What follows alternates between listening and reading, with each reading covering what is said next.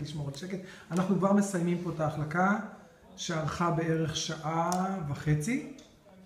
החלקה הבראה, החלקת הזנה, החלקה טבעית, בהדרכה של מלי, שנתנה פה את כל הטון בקטע, וכמובן את מזל, את הראש, בהתנדבות אדירה,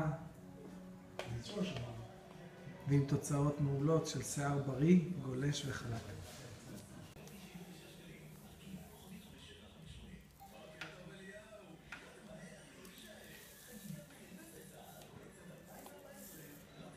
אנחנו רואים כאן שיער שהוא בעצם שיער שחור, בריא ומלא. מלי מעצבת השיער, מעבירה פה מחליק אחרי שלב מריחת החומר והפן, ובשלב המחליק אנחנו רואים שהשיער הופך להיות קריסטלי, חלק, גולש ובריא.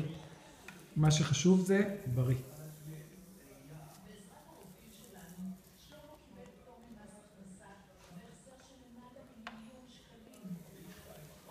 זו אינה החלקה רגילה, זו החלקת בריאות, מזון לשיער, שבעצם גורמת לו להיות בריא יותר, מבריק יותר וחלק יותר.